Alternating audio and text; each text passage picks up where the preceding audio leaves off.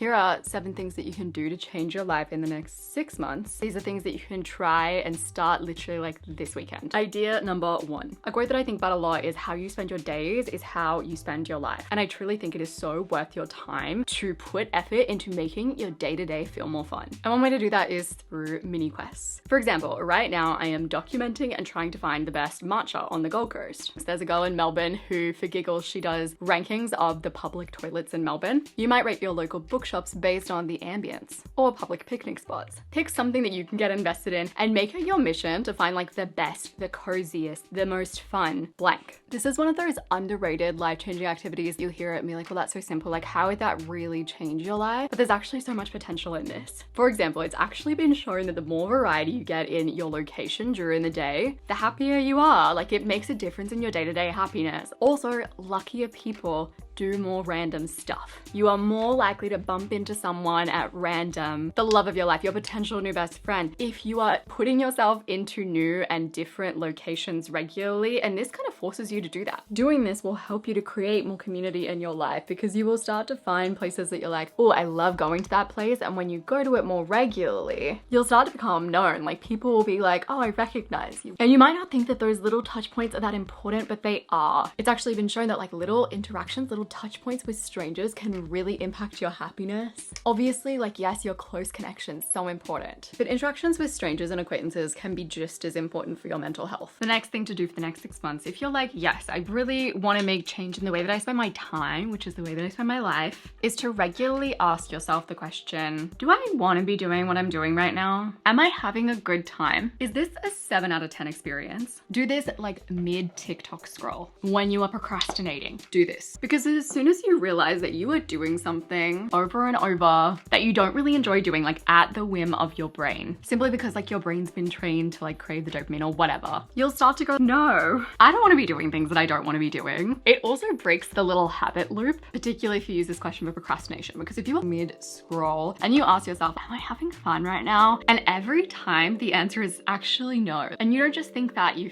feel it. That reward part of the habit loop, the reward you're supposed to be getting from that habit, starts to slowly break. Really just start asking this question like 3 times a day and just watch what happens. Idea number 3. So I like to think that we're all kind of in a relationship with the stuff that is on our vision board, and relationships require regular attention. Like, you've got to be doing date nights. You've got to be touching base pretty often. You've got to be doing mini check-ins. Otherwise your relationships just start to wither. And your goals, the stuff that you put on your vision board at the start of the year, it's the same thing. You need to be doing regular check-ins. You need to be doing like almost date nights. If you're not doing those things, you will start to feel disconnected from that stuff and you will start to resist it. Your relationship with it just won't be healthy. The perfect example of this is something I heard on a podcast the other day. This fantasy author who was like a successful fantasy author said that if they went 1 day without working on a writing project, they would most often just stop that writing project altogether. Like, they had to have that regular, consistent attention on a daily basis towards their goal. Otherwise, their relationship with it got all funny and they just didn't want to revisit it. They didn't feel connected to it anymore. So how can you stay connected with your goals? Once again, by treating them like relationships with action days. Kind of like date nights, but not at all. So this is an idea from Michael Neal. Take a goal that you want to achieve, like something that is on your vision board. Find a friend, and for 1 day, every hour on the hour, text them and be like, this is what I'm going to do for the next hour. Sometimes I feel like it's so easy to get stuck in pondering over why you are stuck and just trying to think about all the reasons that we could be stuck and solve it, when the best thing that we could be doing for ourselves is actually taking action. And don't just do this once, like plan this into the rest of your year. Like, have 1 action day every month and treat it like a date night, because when you don't do that kind of thing or something similar, you will start to become disconnected from your goals and you will start to resist them. You won't want to work towards them. Idea number 4. So one of the reasons that SMART goals particularly bore me to tears is because they help people to set bad goals. Goals that don't motivate them. Goals that I call faux wants instead of true real wants. So what is a faux want and why am I so personally opposed to it? It's a want that maybe you think you should want, but it's not something that you actually want. So to find out if a goal is a faux want, you want to literally ask yourself, do I actually want this or do I just want to want it? There are so many things that I have set goals as in the past where I've been like, yeah, I want this, only to realize later on like, no, I just want to want that. Like, man, it'd be nice, it'd be ideal if I wanted that, but I don't. A lot of these are like next logical step goals, things that it's like, oh, like the obvious thing to do here is that, so that's what I should set as a goal. But often it's not something that you really want.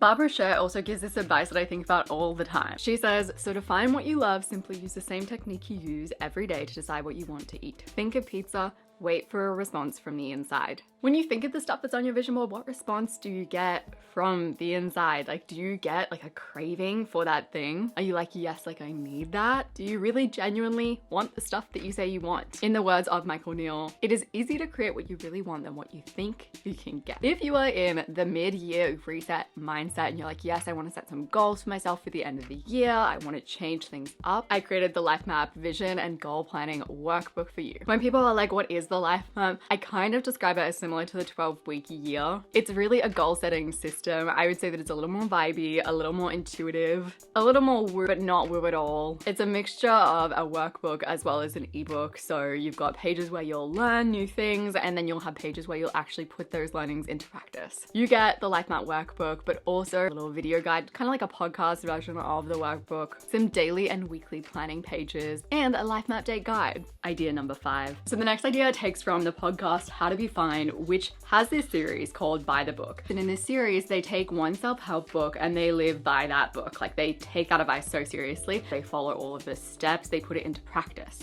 And you don't even have to do this with a book. You can do this with a YouTube video. You can do this with one of my YouTube videos. You can take this one step further by picking a problem that you are struggling with. Like, it could be people pleasing, emotional regulation, procrastination, whatever. And then writing down 3 tangible, visible things that you want to see yourself do differently. Then find a few books that could help you to make those things that you want to see come to life, and treat those books like your own course. Create your own mini course, like go through them. Use the ideas in them. Live by the book. Number 6, pick a few ways of living that you want to try living with the next 6 months. So this is an idea from the book, The Highest Goal, and they call them live with. Live with aren't affirmations. They're not prescriptions for how you should live your life. They're just ideas that you can embrace to prompt new ways of operating in the world. So a few examples of live withs that you could take and live with for a week. Have no expectations. Measure twice, cut once.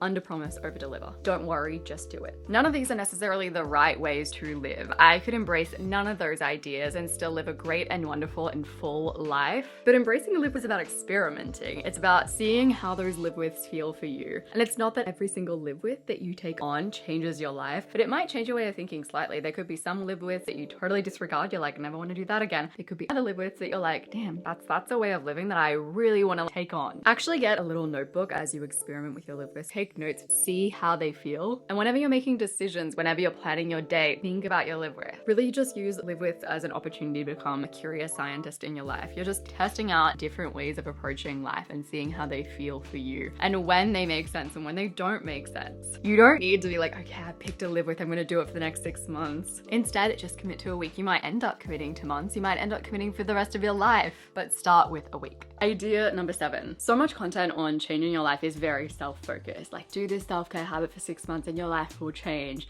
Do this thing to help yourself grow. But is focusing on yourself always the best way to feel better? And if not, what else should you do? In one 6-week study, they actually had a group of people doing self-focused kindness activities and another group of people doing other focused kindness activities. So the people doing other focused kindness would have one day a week where they would pick 5 kindness activities to do for other people, and they would do them all in that one day. Based on the research that when you chunk kindness, you sort of get more out of it. It makes you feel better doing it than scattering your kindness throughout the week. Kind of a selfish way to look at it, but you know. And perceived stress for those people that did other focused kindness was significantly reduced at 6 weeks, but also 6 months. Whereas for self-focused kindness people, not much happened. In another study, acts of kindness actually won over cognitive reappraisal, basically reframing things, something that they teach you to do in therapy, and social activities. And the acts of kindness group also showed a greater reduction in self-absorption, which is like self-focused